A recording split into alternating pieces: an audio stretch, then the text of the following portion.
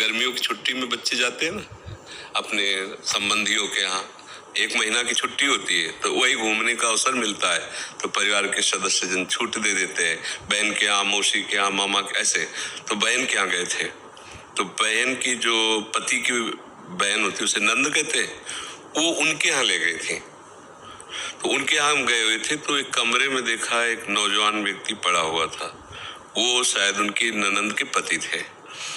तो उनको पता नहीं क्या लगा, भगवान के परिणाम, तो बच्चे थे, तो हमें बुलाया, ऐसे नजदीक गए तो रोने लगे। उनका बच्चा अब हमारी कोई बात नहीं सुनता, तो हमारे मन में है आपसे बता दें, तो शायद हमें भगवान उदाहरण देना चाहते होंगे इसलिए सुनवाया होगा, नहीं तो हम बच्चा थे, उनका कोई सपोर्ट तो कर ही नहीं सकते थे।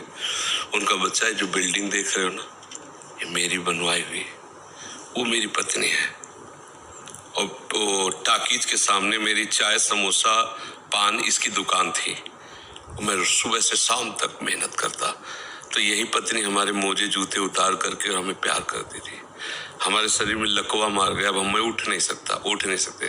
बोले 2 रोटी से ज्यादा भोजन नहीं देती, और कहती ज्यादा देंगे तो बार बार शौच करोगे, हमें फेंकना पड़ेगा।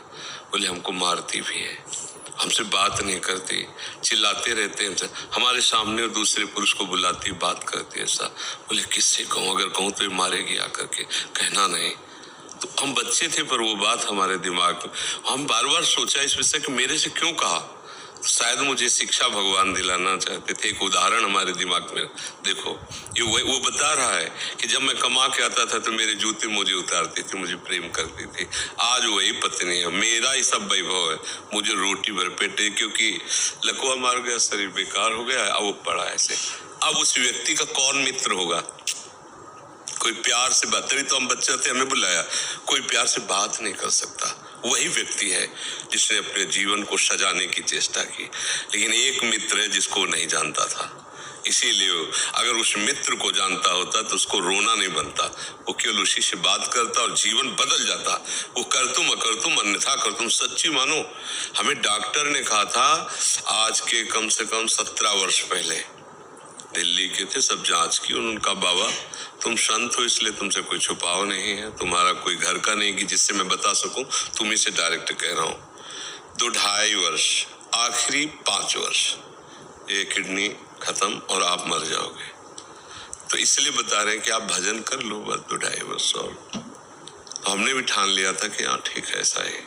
आज 17 वर्ष तो हो ही गए, लगभग 17 वर्ष, बड़ा लंबा सफर है। अभी आपके सामने बैठे हैं, फेल भी है और पास भी है, नहीं पास है। देखो जो दिनचर्या हमें चाहिए वो हमारे शरीर कर रहा है, तो हम पास है। और फेल इसलिए कि संसार की दृष्टि से वो किडनी फेल है।